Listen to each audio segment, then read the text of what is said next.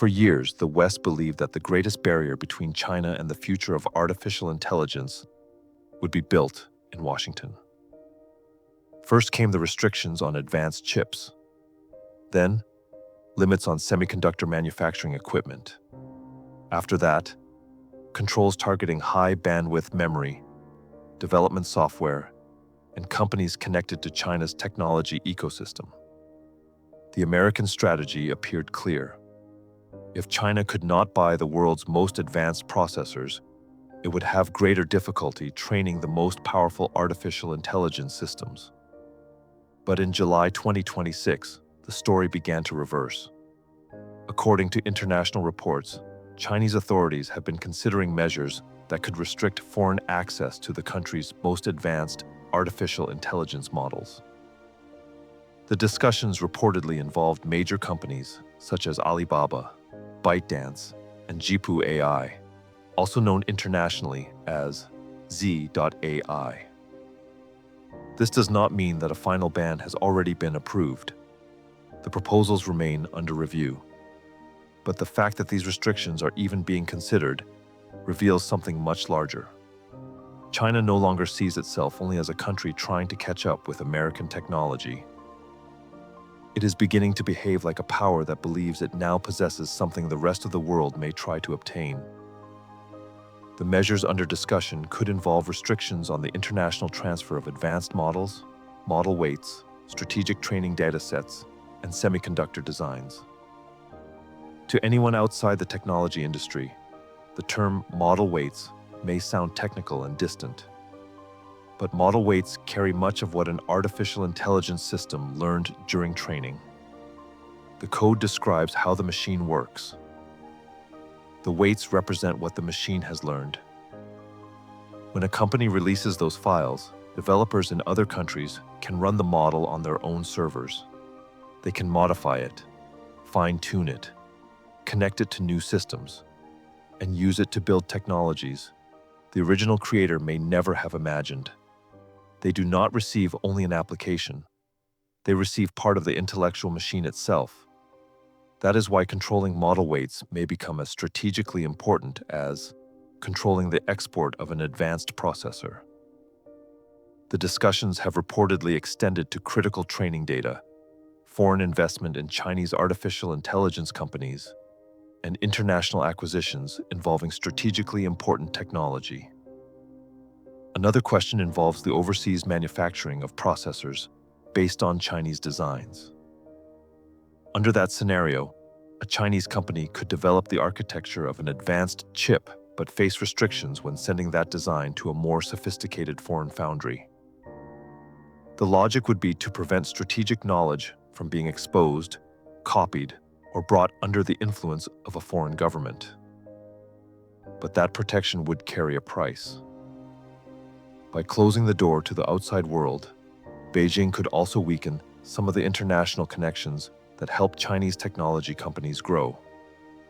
That is what makes this moment so important.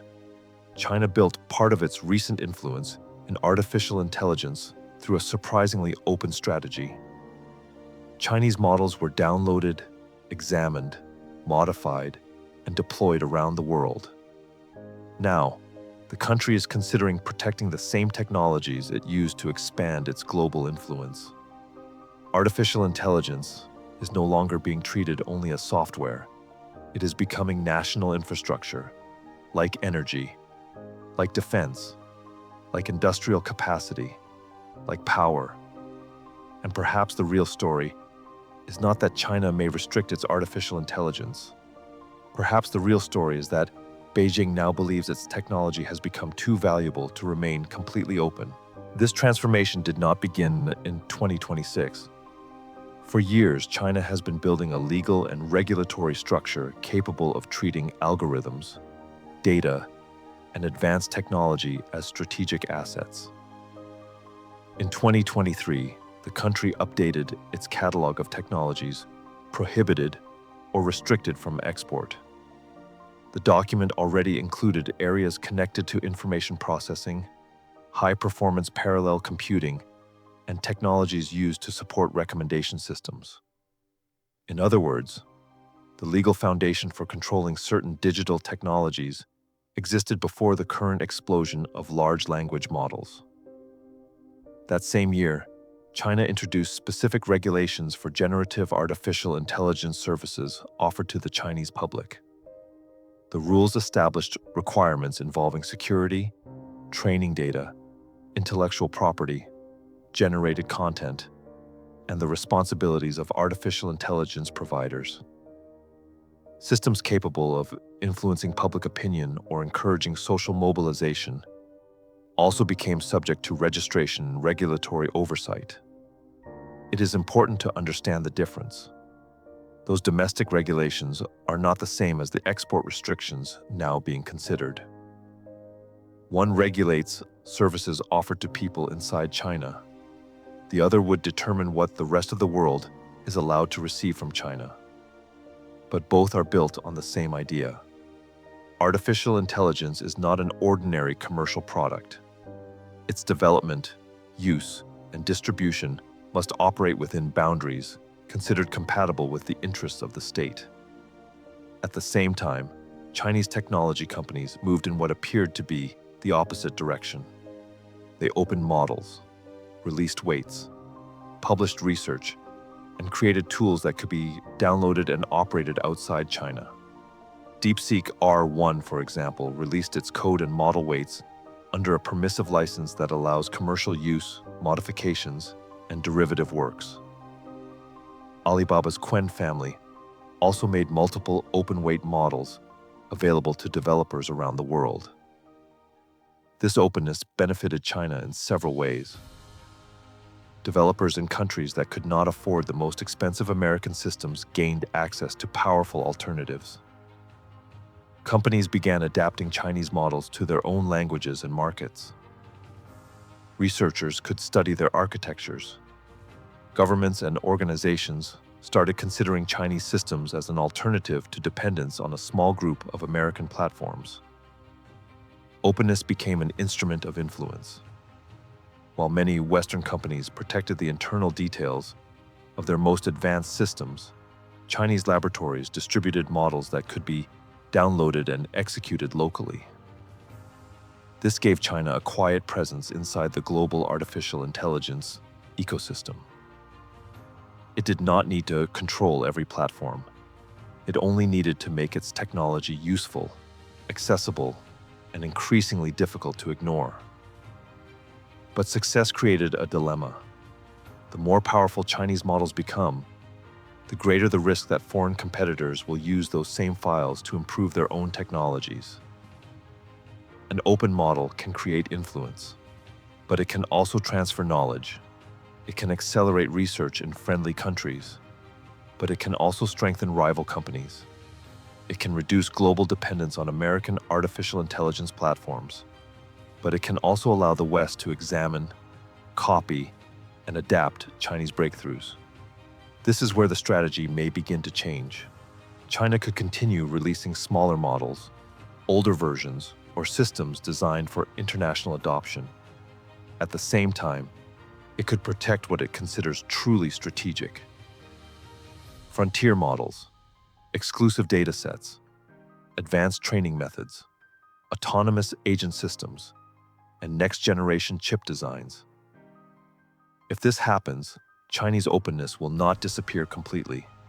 It will become selective. China could share enough technology to expand its global influence, but not enough to surrender its greatest advantages. This is a strategy the world has seen before. Open what helps you capture the market. Protect what guarantees power. For decades, oil, shipping routes, critical minerals, and military technologies defined the boundaries of sovereignty. Now, artificial intelligence models are beginning to occupy the same territory, and the new frontier will not be marked only by walls or military checkpoints. It will be marked by licenses, servers, model weights, data centers, and lines of code that some people will be allowed to cross, while others will not. Every artificial intelligence system depends on something physical. Behind an instant answer, there are data centers. Behind those data centers, there are chips. Behind the chips, there are architectures, specialized software tools, high bandwidth memory, manufacturing equipment, and supply chains distributed across multiple countries. That is why the artificial intelligence war is also a semiconductor war. Since 2022, the United States has expanded controls designed to limit China's access to advanced processors and manufacturing technologies. In December 2024, the United States Department of Commerce announced restrictions involving 24 types of semiconductor manufacturing equipment, 3 categories of development software, and certain forms of advanced memory. More Chinese companies were added to restricted entity lists. The stated goal was to reduce China's ability to produce technologies that could contribute to military modernization. But those restrictions also produced an effect Washington may not have been able to prevent. They gave China an even stronger reason to build its own technological infrastructure. Huawei accelerated the development of its Ascend computing ecosystem. Chinese companies began searching for domestic alternatives in chips, software frameworks, storage, networking, and model training. Technological independence was no longer treated only as an economic ambition. It became a question of strategic survival. This does not mean that China has eliminated its dependence on foreign technology. Manufacturing the world's most advanced processors remains one of the most complex industrial tasks on Earth. Designing a chip is difficult. Producing it at scale, with high energy efficiency and reliable commercial yields, is even more difficult. The process depends on design software, ultra-pure materials, lithography equipment, memory, packaging, and knowledge accumulated over decades. No single power controls every layer of the supply chain. That is why a possible Chinese restriction on the overseas manufacturing of its own chip designs would create a serious contradiction. It could protect Chinese intellectual property, but it could also prevent some Chinese companies from using foreign factories with more advanced manufacturing capabilities. It would be a trade between security and performance, between control and speed, between protecting the future and delaying its arrival. The United States faces a similar tension. Washington wants to protect the most advanced chips. But American companies still depend on international customers, global markets, and production chains spread across Asia. China wants to protect strategic models and chip designs. But Chinese companies also need capital, partners, developers, advanced equipment, and access to international ecosystems. Both countries are trying to close doors without blocking their own growth. And this is why the conflict cannot be reduced to a simple competition between Nvidia and Huawei. Nvidia represents more than processors. Its software ecosystem created a language used throughout the global artificial intelligence industry. Huawei represents more than a Chinese company trying to replace Nvidia. It symbolizes an attempt to build a technological chain capable of continuing to operate even if access to Western systems is interrupted.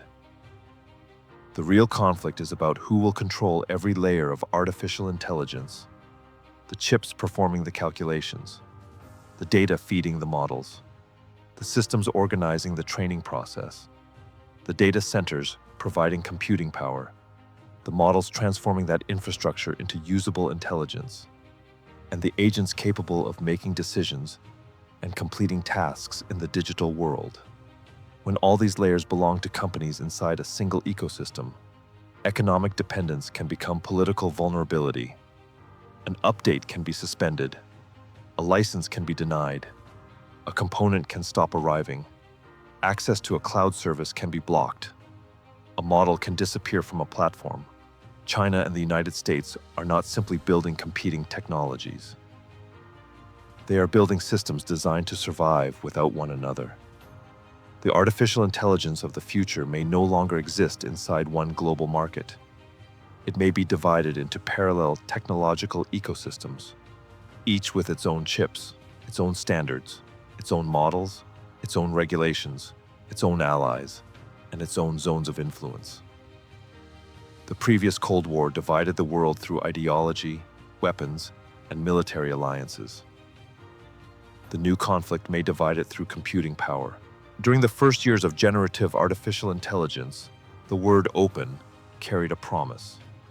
The promise that small research teams could compete with giant laboratories, that countries without billions of dollars to train their own models could adapt systems developed elsewhere, that universities, startups, and independent developers could participate in the greatest technological transformation of their generation. Chinese models played an important role in that promise. They demonstrated that the frontier of artificial intelligence did not have to belong exclusively to a small group of American companies. But when a technology begins to influence economic power, national security, science, communication, and defense, openness starts to encounter limits.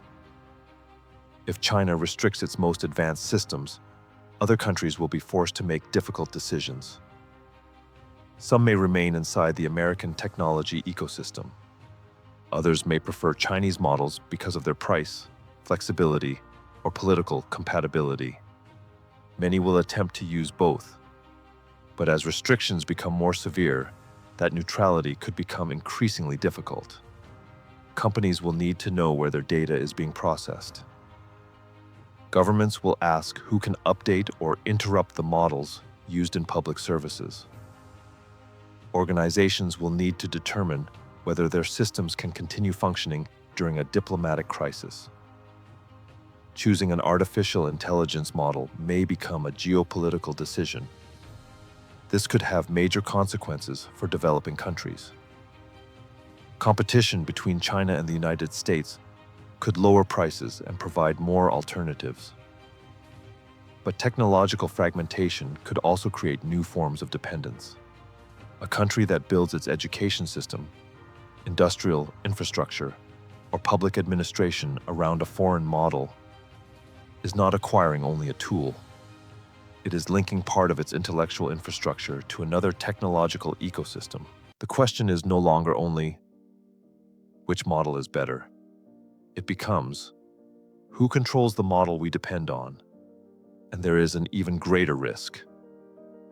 If the most powerful artificial intelligence systems become protected state assets, the technological frontier may disappear from public view. The truly advanced models may no longer be available for download. The datasets used to train them may become national secrets.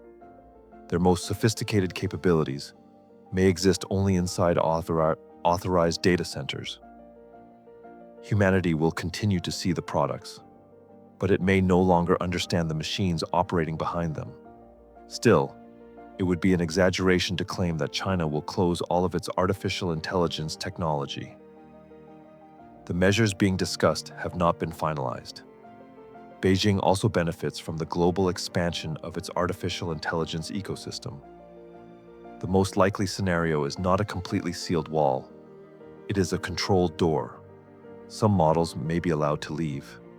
Others may remain protected. Certain companies may receive access. Others may need government authorization. Older technologies may continue circulating while the frontier moves into a restricted zone. This is how an open industry can become a system of influence. China may continue offering artificial intelligence to the world, but it will attempt to determine which intelligence is released, who receives it, under what conditions, and how far it can evolve outside the country. The United States already uses technological restrictions as an instrument of power. China is now considering building its own version of that mechanism. Both sides claim they are protecting security, innovation, and national interests. But when the world's most powerful countries begin treating knowledge as territory, everyone else must ask what will be lost along the way. Perhaps the next great frontier will not be defined by who creates the most powerful artificial intelligence. Perhaps it will be defined by who controls access to it, who decides which countries are allowed to train it, which companies are allowed to operate it, which researchers are allowed to study it, and which societies are allowed to build upon it. China has not completely closed its artificial intelligence, but it is considering who will be allowed to walk through the door. And when that door begins to close, the conflict will no longer be only commercial. It will become the new artificial intelligence Cold War. In the next documentary, we will examine how the United States and China are building two competing technological systems, and why this conflict could determine who controls the intellectual infrastructure of the 21st century. The United States-China Artificial Intelligence Cold War. If this documentary helped you understand what is happening behind the headlines, subscribe to Mysteries That Echo, share the video, and leave your thoughts below. You will also find the resources selected for this documentary in the description. If you decide to purchase through one of those links, it helps support the channel at no additional cost to you, because technology without wisdom can expand power, but it cannot guarantee that we will know how to use it. As Proverbs chapter 4, verse 7 reminds us, the first step is still to seek wisdom. Mysteries that echo, real stories, hidden patterns, consequences that still echo.